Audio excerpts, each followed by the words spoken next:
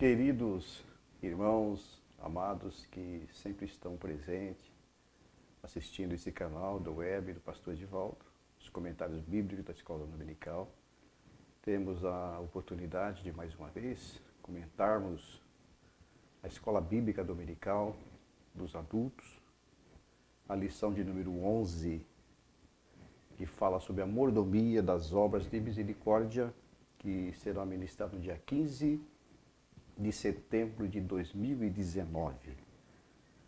Temos um textuário desta lição, está registrado conforme escreveu o apóstolo Tiago, no capítulo 2, versículo 13, porque o juízo será sem misericórdia sobre aquele que não fez misericórdia, e a misericórdia triunfa sobre o juízo. Na verdade prática, o cristão tem o privilégio de exercer a misericórdia junto aos necessitados, como expressão do amor de Deus. As leituras bíblicas, os textos bíblicos relacionados para essa lição, segundo o comentarista, Atos dos Apóstolos, capítulo 4, versículos 32 a 34. E também Lucas, capítulo 10, versículos 30, 36 e 37. O capítulo 4 de Atos fala das obras de misericórdia que foram feitas entre os cristãos da igreja primitiva. E Lucas, capítulo 10, trata sobre a parábola do bom samaritano, onde Jesus é inquirido pelo um escriba sobre quem é o próximo, né? Então, dessa feita, nós temos que partir do princípio que Deus, Ele usou de misericórdia para conosco, e então veremos nessa lição que Deus requer de seus filhos as obras de misericórdia para com o próximo. Para a nossa aplicação, as obras de misericórdia, elas podem ser executadas nas esferas das necessidades humanas, necessidades espirituais, bem como para evangelização e também obras de missões. O tópico 1, ele nos chama a atenção o que significa misericórdia. Em primeiro lugar, é fundamental para todo o cristão e também para estudante da Sagrada Escritura relacionar também a mordomia das obras de misericórdia como coisas espirituais, as quais devemos conhecer. Então, dessa forma, relacionar as coisas espirituais a dois tipos de conhecimento. Nós vamos notar através desses dois textos bíblicos que estão fundamentando a lição. O primeiro tipo de conhecimento é um conhecimento que pode ser chamado de conhecimento ao respeito de misericórdia, que se adquire através de um estudo mental, através de informações disponíveis, ou seja, é uma forma de aprendizado intelectual. O outro conhecimento sobre misericórdia, que é obtido através da intimidade que se tem com Deus. É óbvio que esses dois estão à nossa disposição. A diferença está pelo qual optamos conhecer. Com relação ao primeiro tipo de conhecimento, nós vamos exercer misericórdia simplesmente por exercê-la, como sendo um dom natural, nós fazemos um bem ao nosso próximo. Nós vamos incluir as obras de misericórdia em nossa agenda pessoal ou coletiva, mas depois de nós analisarmos, dentre tantas outras atividades que nós temos, se haverá espaço para nós incluirmos obras de misericórdia em nossas vidas. Inclusive, as de cunho religioso. Ou ainda, nós podemos avaliar se as obras de misericórdia não irão interferir em nossos preconceitos. Esse é o típico conhecimento que nos dispensa de comprometimento com a misericórdia. Isso é muito próprio de ficarmos esperando Não a vontade, falar a vontadinha a chegar. A vontade a chegar para fazermos misericórdia. E quando a vontadinha chega, nós faremos ao nosso modo. E escolheremos a quem iremos exercer e aplicar obras de misericórdia. Esse é o tipo de conhecimento espiritual e sobre Deus, o qual nós podemos chamar de conhecimento míope, egocêntrico, indiferente, calculista. É um conhecimento que é insuficiente, que não é gerado pelo poder que gera a alegria em atingir o próximo. Esse é o conhecimento simplesmente mental, intelectual. Pelo contrário, nós vamos ver, no contexto dessa lição, que a mordomia das obras de misericórdia, conforme a definição, a palavra misericórdia, ela significa compaixão, suscitada pela miséria alheia, ou seja, é sentir a dor que o outro está sentindo. É uma indulgência relacionada à graça, perdão, é altruísmo. Altruísmo é uma natureza instintiva que incita o ser humano a preocupar-se com o outro. E não obstante essa preocupação, se faz de uma maneira espontânea e deve ser aprimorada pela educação positivista, evitando assim que uma ação antagônica dos nossos instintos naturais de egoísmo. Misericórdia também significa amor desinteressado ao próximo, uma filantropia, uma abnegação. Então, de forma resumida, a lição esclarece-nos que misericórdia é mais um dos bens e talentos que Deus tem dado aos seus filhos para exercermos esse serviço no sentido de pleno, fundamentado no seu amor e no seu poder. O amor de Deus e o seu poder ele foi expressado na prática em nós através de Jesus Cristo e produziu resultados da sua misericórdia em nossas vidas através das obras da salvação.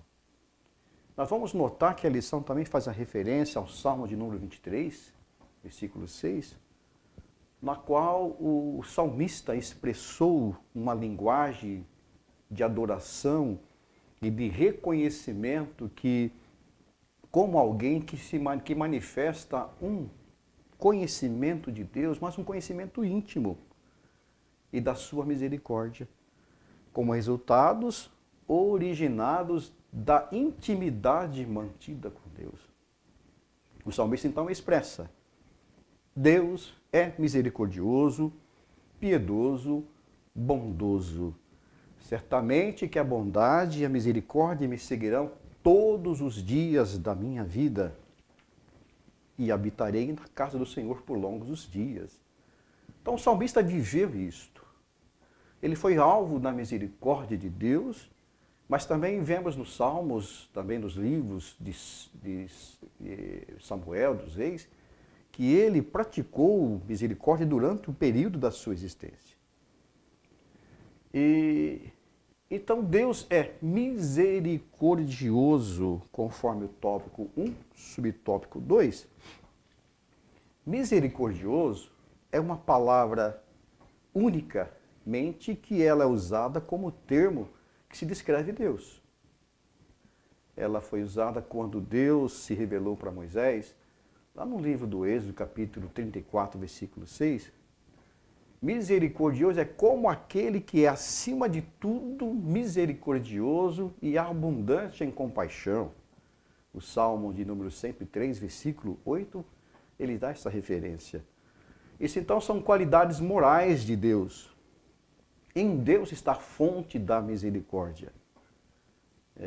Haja vista que nós não somos misericordiosos, mas depois que nós alcançamos pela sua graça a posição de novo nascimento, nova criatura, nós possuímos parte da sua misericórdia.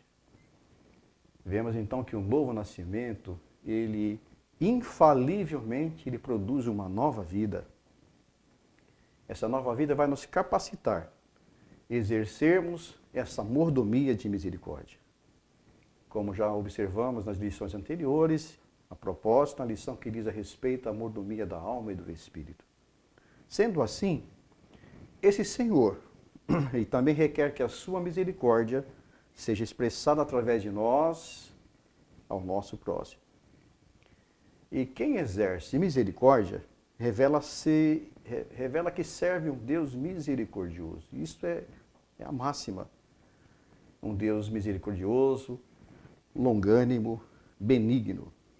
Mas essa obediência a exercermos a mordomia de misericórdia, ela vem espontânea e é como um fruto produzido pelo Espírito Santo na vida do crente. Como o próprio Senhor Jesus Cristo disse, uma árvore boa produz bons frutos e uma árvore má produz frutos maus. Então existe uma consistência entre fé e vida. Paulo escreveu aos Gálatas, capítulo 6, versículo 9, e não nos cansemos de fazer o bem, porque a seu tempo ceifaremos, se não houvermos desfalecido. O apóstolo Paulo também escreveu à igreja de Éfeso, vamos fazer uma retificação.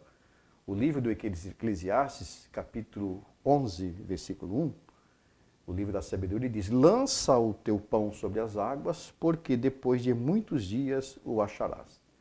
Ilustrativamente, quem exerce as obras de misericórdia é parecido como um coqueiro, um pé de coqueiro.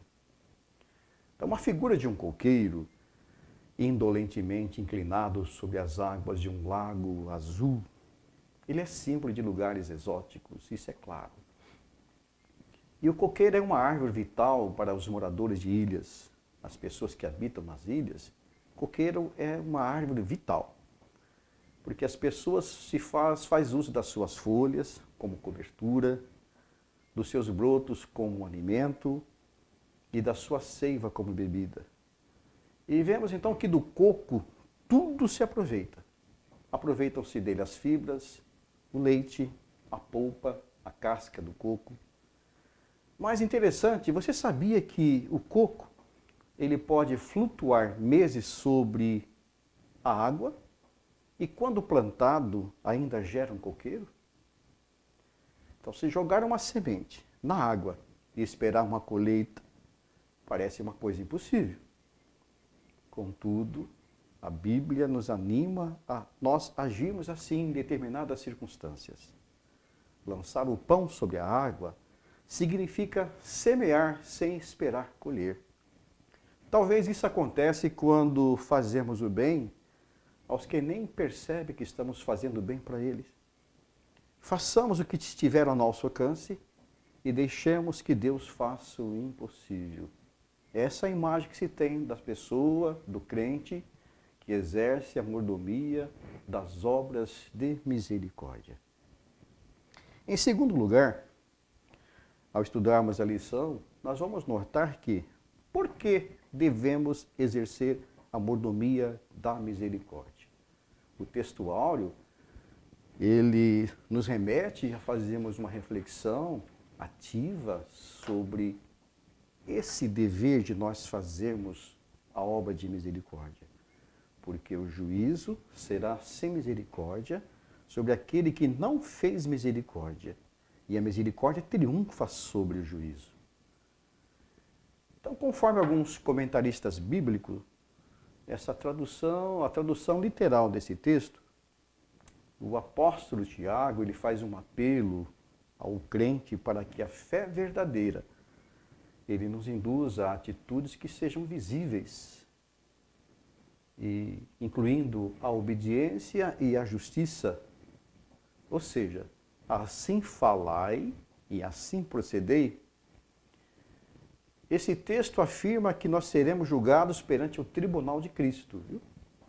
Conforme Paulo escreveu em sua carta aos Coríntios, da segunda carta, no capítulo 5, versículo 10, porque todos nós devemos comparecer, ou seja, tornarmos-nos conhecidos ante o tribunal de Cristo, para que cada um receba segundo o que tiver feito por meio do corpo, seja bem feito coisas boas ou coisas más. Agora uma coisa é certa, o juiz será o próprio Jesus Cristo e fará um julgamento pela lei da liberdade e também pela lei da generosidade.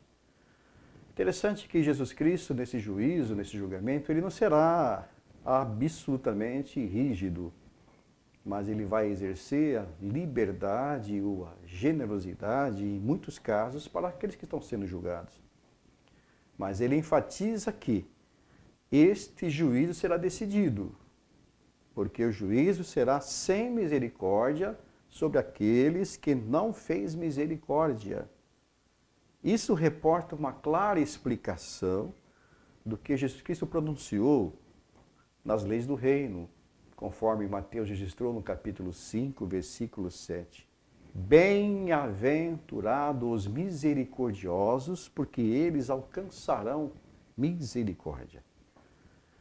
É uma advertência dada pelo próprio Jesus para nós exercermos as obras de misericórdia, praticarmos essa mordomia.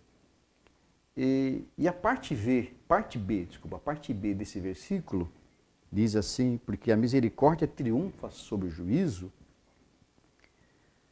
Existe então uma explicação dada por alguns estudiosos que aquelas pessoas que receberam misericórdia, eles vão se regozijar pelo fato de não receber julgamento, porque não estão obedecendo à lei.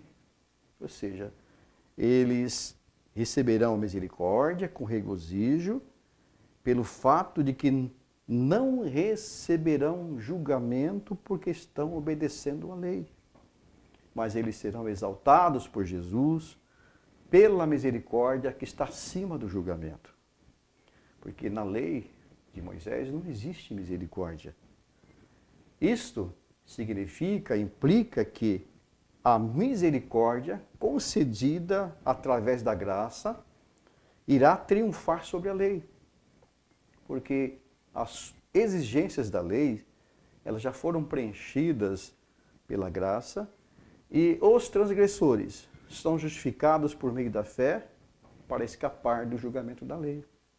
Essa é a explicação básica e clara, conforme o próprio Jesus Cristo também escreveu, que foi registrado pelo evangelista João, lá no capítulo 5, versículo 24, em verdade vos digo que quem ouve a minha palavra e crê naquele que me enviou, tem a vida eterna e não entrará em condenação, mas passou da morte para a vida. É a justificativa deste texto expressado por Tiago. Assertivamente, então, positivamente, a generosidade do juiz para com o crente, ela vai ser proporcional à misericórdia que o cristão praticou aqui na terra. Ou seja, se o cristão não exerceu misericórdia, então não receberá nenhuma misericórdia por parte do Senhor Jesus. Claro que a entrada no céu, ele é resultado unicamente da obra expiatória de Jesus Cristo. Agora, porém, o gozo do crente nas regiões celestiais e as recompensas que ele irão receber serão frutos do que ele fez por Cristo na vida aqui na terra.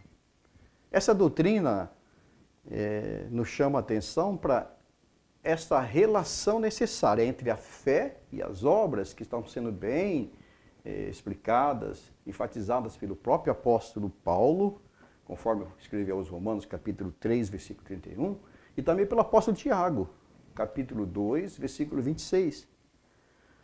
Porque assim como o corpo sem o espírito está morto, assim também a fé sem as obras é mortas. O tópico 2 da lição, ela nos propõe sobre a mordomia da misericórdia cristã. Essa mordomia da misericórdia cristã, ela foi ensinada por Jesus através da sua expressão máxima na parábola do bom samaritano, conformidade com o versículo 37 do capítulo 10 de Lucas. Ao final desta passagem, Jesus diz assim para o escriba: vai e faze da mesma maneira. Vemos então que os ensinos de Jesus, ele foi o divisor de águas entre a prática de misericórdia no Antigo Testamento, e que está sob a lei, e também a prática da misericórdia no Novo Testamento, que está sob a graça. Jesus, ele direcionou esse mandamento, foi a um doutor da lei, uma figura importante na religião judaica. Esse doutor da lei era uma espécie de especialista em lei mosaica, um interpretador, um intérprete e professor da lei mosaica, como uma espécie de um advogado da lei, popularmente conhecido na época por escriba.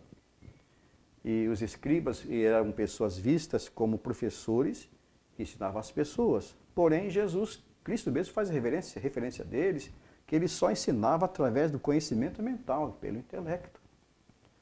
Você pode observar isso em conformidade ao capítulo 10, versículos 25 e 29 de Lucas, que esse escriba tentou pegar Jesus em alguma falta e assim procurar invalidar os seus ensinamentos perante a sociedade judaica. E ele perguntou a Jesus sobre como herdar a vida eterna, versículo 26 deste texto. E Jesus, retoricamente, ele pergunta ao escriba: o que está escrito na lei? E como tu a interpreta? A resposta do escriba foi enfática, legal, em conformidade com aquilo que está escrito. Ele diz: amar a Deus sobre todas as coisas, nas formas da lei, com toda a tua alma, com todo o teu coração, com todo o teu entendimento, e ao próximo como a ti mesmo. Então Jesus disse para aquele escriba: você respondeu muito bem, por isso você deve fazer isso, manifestar esse viver na sua vida. É o versículo 37, vai e faze da mesma maneira. Jesus então aplicou isso ao doutor da lei para responder a sua pergunta sobre o que fazer para obter a vida eterna. Ou seja, quem é que usou de misericórdia para com o homem, aquele homem que foi espancado e quase morto, que estava descendo o caminho de Jerusalém para Jericó? E será um feito automaticamente praticado pelos homens que possuem a vida eterna. Ou seja, Jesus fala para ele assim: olha, o que fez aquele bem, que tratou daquele homem, que cuidou, que o ajudou, esse é o tipo de uma pessoa que tem a vida eterna. Ou seja, Jesus está dizendo, misericórdia não é um mero sentimento, mas uma ação diretiva. Vai e faz da mesma coisa que os homens que possuem a vida eterna fazem. Então Jesus estava ensinando que a interpretação da lei mosaica, ela estava de fato afirmando que a mordomia da misericórdia estava inserida na lei, mas apontava para um Messias que viria aplicar e estabelecer nas vidas daquela sociedade e para todos nós. Fundamentada que para exercer essa sublime mordomia é necessário estar intimamente ligada ao amor de Deus, pois Jesus mesmo é a expressão máxima do amor de Deus para conosco. E Ele é a efetiva prática desse grande amor de Deus para conosco pela sua misericórdia. Então esse é o ponto central desta lição. A misericórdia é como o amor, e como o amor de Deus que foi manifestado, pois sem ela só tem valor, pois somente a misericórdia ela só terá valor se for praticada. Então as obras de misericórdia estão inseridas no contexto das boas obras inerentes à vida de todos os salvos em Cristo Jesus. Então definitivamente a mordomia de misericórdia cristã ela tem como um de seus pilares que somos criados em Cristo Jesus para as boas obras. as quais Deus preparou para que andássemos nelas. Isso está referindo no capítulo, ou seja, no tópico 2, subtópico 2, que somos criados para as boas obras, né? E a referência disso foi escrita por Paulo, a sua carta aos Efésios, capítulo 2, versículos 8 ao versículo 10, e para nós também aplicarmos essas boas obras em nossas vidas. E Tito também escreveu, Tiago, na verdade, escreveu também porque, capítulo 3, versículo 8, porque pela graça sois salvos, por meio da fé, e isso não vem de vós, é dom de Deus. Então, diferentemente, uma mordomia de obras de misericórdia que não está fundamentada na graça e na fé, conforme praticada por muitas religiões. Muitas religiões praticam mordomia de obras de misericórdia. Mas se não estiverem fundamentadas na graça e na fé, não tem valor. Tem o seu valor sim, mas eles ensinam aos seus seguidores que a fazerem as boas obras, realizarem boas obras. E por fazerem assim, eles serão transformados em pessoas boas. Esse conceito não pode ser tolerado, queridos irmãos. Aceitar desculpas dos caminhos maus de alguém, dizendo que sejam quais forem as suas ações, o seu coração ainda é reto perante o Senhor, isso é insultar a Deus. Insultar a Deus de forma grosseira. Isso implica que o poder regenerador da graça de Deus seria impotente para transformar uma pessoa. Porque nós bem sabemos que o Evangelho é poder de Deus. Ele é diferente. Ele transforma o homem em pessoa boa. Ele transforma a criatura em pessoa boa. E elas serão capazes, então, no poder do Espírito Santo, de fazer o bem. Essa é a diferença. Nós não fazemos obras boas para sermos pessoas boas. Mas o Evangelho, que é poder de Deus, nos transforma em pessoas boas e somos capacitados a fazer o bem. Então podemos realizar as obras de mordomia, de misericórdia. Isso está inserido no subtópico 1, subtópico 2, até o subtópico 4. Nós podemos então exercer essas obras de misericórdia nas áreas das necessidades humanas, das necessidades espirituais, que também é uma urgência entre nós nos dias de hoje. Podemos dizer na área da evangelização, das missões, e na falta de misericórdia pelos pecadores, que está em conformidade com a nossa lição. Mas podemos observar então que isso está presente, esses tipos de obras de misericórdia, nós vamos observar no texto de Atos Apóstolos da Igreja Primitiva, no capítulo 4, versículos 32 a 35, que diz o seguinte: era um o coração e a alma da multidão, dos que criam, e ninguém dizia que alguma coisa do que possuía era sua própria, mas todas as obras lhes eram comuns. E os apóstolos davam com grande poder e testemunho da ressurreição do Senhor Jesus, e todos eles haviam abundante graça. Não havia, pois, entre eles necessitado algum, porque todos que possuem herdades ou casas, vendendo-as, traziam o preço do que fora vendido e o depositavam aos pés dos apóstolos. Então podemos notar o registro aqui da verdadeira observância do amor e da fraternidade dos cristãos. Há de ser altruísta. E eles foram tão altruístas, tão cheios de amor, a ponto de viver unicamente para os outros e não para si mesmos. Isso que o texto nos traz à lume. Pois sem amor não há cristianismo. Essa é uma realidade. Jesus Cristo foi muito claro. Nisto conhecerão que sois meus discípulos, se tiverdes amor uns pelos outros. Não tem como fugir desta linha, não tem como fugir desse mandamento, dessa verdade.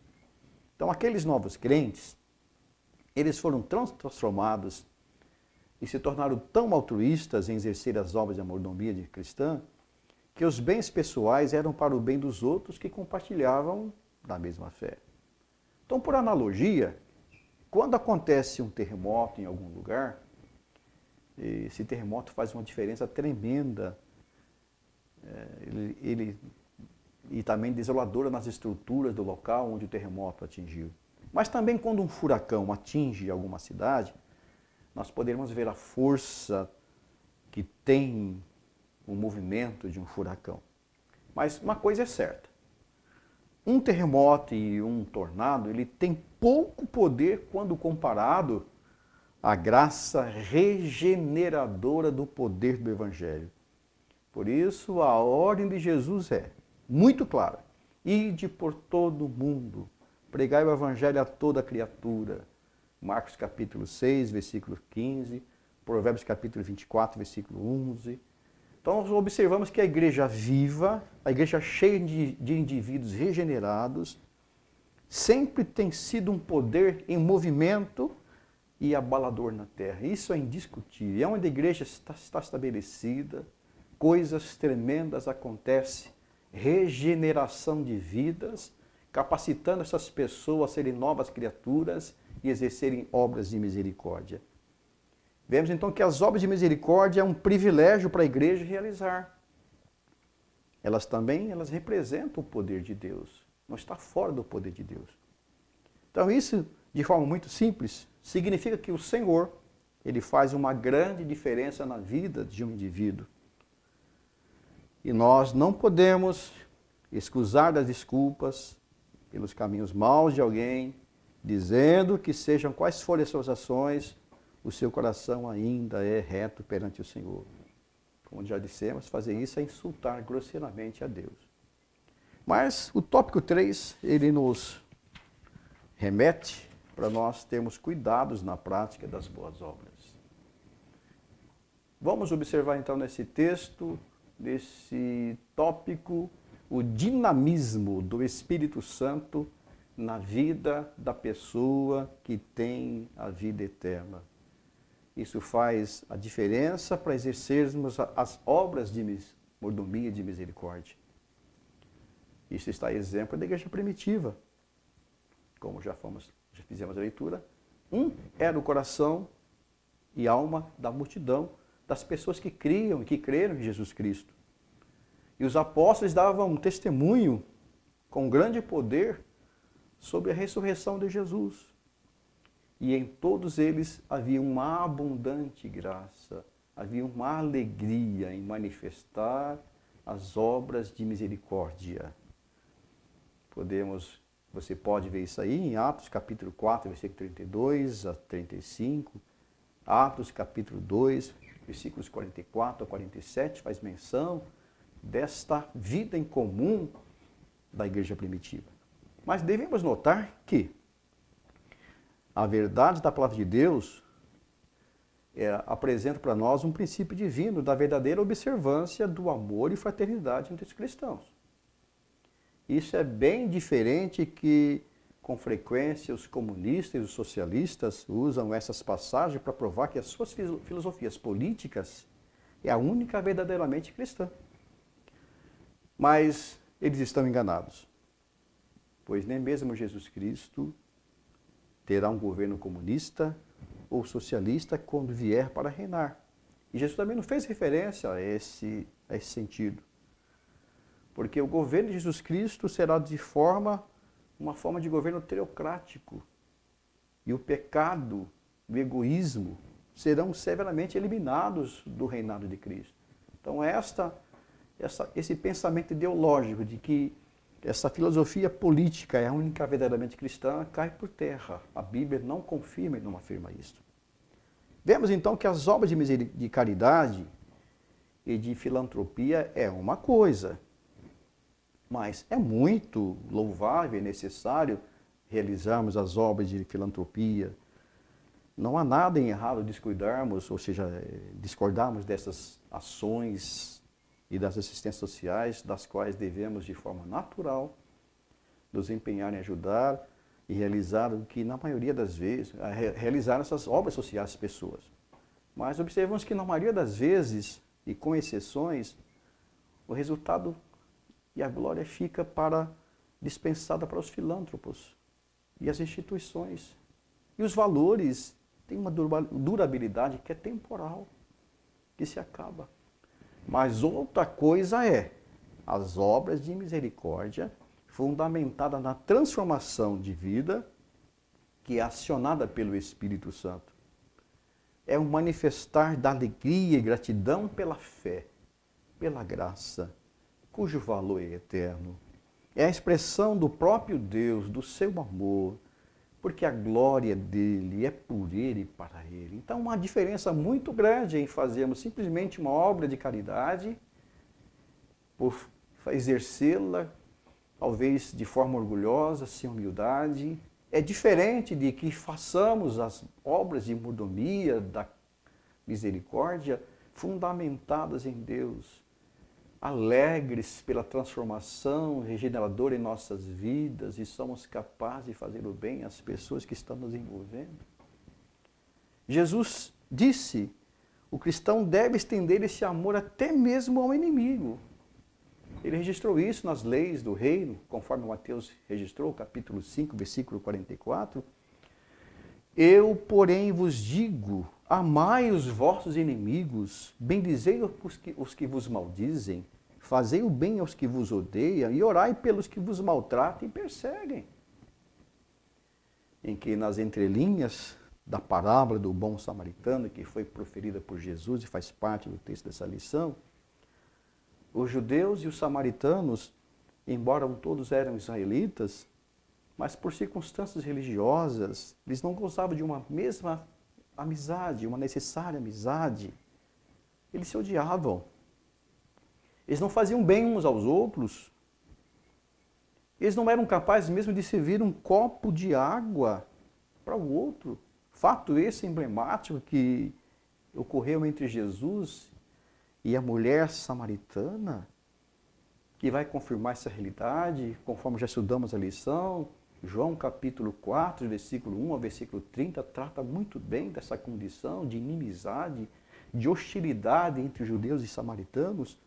Mas observamos que o poder do amor e da fé e da graça, o poder da nova vida em Cristo Jesus, o gozo de possuir a vida eterna, ele é capaz de romper essas barreiras.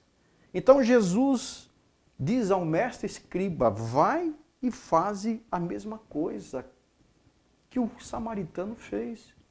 Use de misericórdia ao teu próximo. Seja próximo do teu próximo, mesmo que o teu próximo, pelas circunstâncias de julgamento, não pareça ser teu próximo.